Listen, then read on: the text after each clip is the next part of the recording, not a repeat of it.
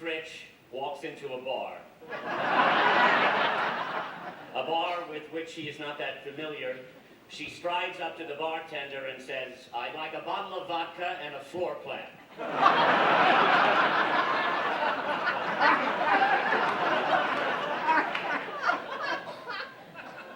I hope that's a true story. It sounds like her, it captures her sense of humor, and in some ways, it sums up how she lived her life, with determination, a belt of booze, and the hope of figuring out the right path for herself. How do you solve a problem like Elaine Stritch?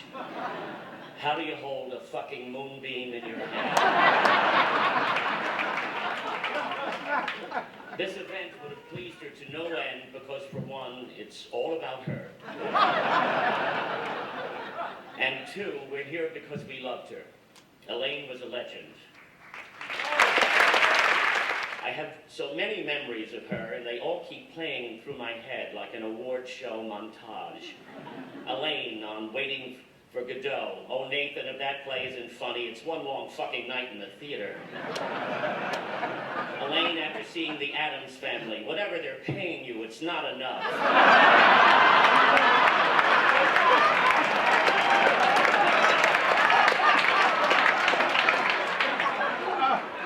Elaine walking on and surprising me during the curtain call of my last performance in Love, Valor, Compassion, and somehow stealing the show. Elaine at my 50th birthday party complaining that the orchestra was too loud, and when does she go on because she has a benefit appearance after this and she can't wait all night, you know. And then she goes on and brings the house down. By the way, her birthday present to me was a beautiful baby picture of her.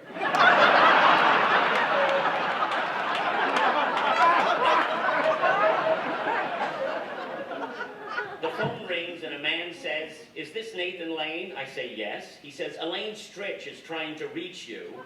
I say, "Oh?" He says, "Yes." I say, "Well, she does have my number." He says, "She keeps getting the sound of a fax machine." I say, "Do you want me to call her?" He says, "No, she'll call you." 2 hours later, the phone rings. It's Elaine. She says, "Jesus, Nathan, I keep getting this high-pitched scream every time I dial your number." I say, "Elaine, whenever you call anyone, there will be a high-pitched scream." "But did you dial?" And I said my number, and she testily said, "Yes, but not very carefully." We're at a dinner party in Long Island, and there's a large and plentiful bowl of fruit on the table. Elaine sizes it up, opens her very large purse, and starts taking the fruit and putting it in her purse. I say, "Elaine, what are you doing?" She says, "I need fruit!" We're at the White House, performing for President Obama and his family in the East Room. PBS is filming it. She's nervous about remembering her lyrics. She refuses to use the teleprompter. Her first number goes perfectly, and then she does "I'm Still Here," gets lost a few times, rallies with the help of the brilliant Rob Bowman, and gets a standing ovation led by the President of the United States. She then makes a long speech telling the President how much she loves him, how she watched the election returns at the Carlisle, the best hotel in New York, how happy she was that he won, and how she'd love to get drunk with him sometime and discuss politics. How nervous she was performing for him and his family, and how she hopes they'll understand. She finishes to a huge ovation, puts the show in her back pocket, and is made Secretary of State. Thank God the Pennybakers captured her performance during the cast recording of Company. By the way, and just between us, I always thought it was interesting that she arrived for the first recording session with no makeup, wearing that daffy hat and little else, and by 2 a.m., after finishing off a couple of bottles of Chardonnay, she was a total wreck. The next day, when she finally recorded the number for posterity, she was in full makeup and dressed to the nines. Is it possible that she planned the whole damn thing? We became good friends in 1970, and my family became her extended family. When she married, for the first time, she picked John Bay, and he was a miraculous fellow. He had humanity in spades. He was talented and warm, the warmest. For many years, the Bays lived at the Savoy in London, swanky as hell. Elaine and Bridget and John, Bridget her dachshund.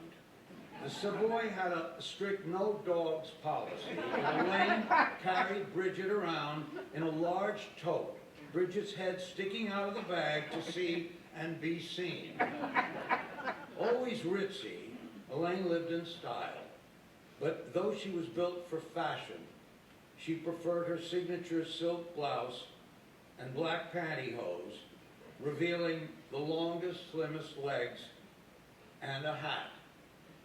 Does anyone still wear a hat?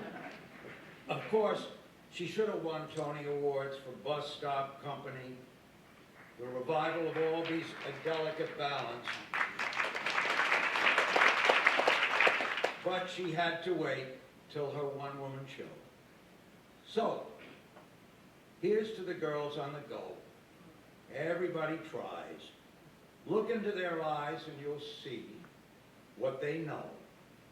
Everybody dies. I'm not so sure about Elaine. She never said someone died. She always said they left the building. And one night I came into her dressing room and she said, "Oh, I had a horrible hypo last night. I almost thought I was going to leave the building." And she tried very hard to not leave the building. And she had doctors that were at her beck and call because they adored her, and even came to the theater one night. She left New York. She went to live in her hometown, where she grew up in Birmingham, Michigan. I went to visit her there.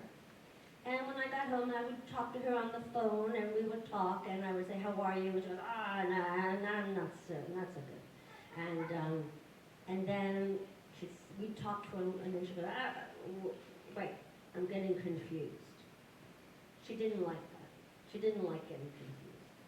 And so she decided to stop eating and stop drinking. She would just have a sip of water and a little bit of egg.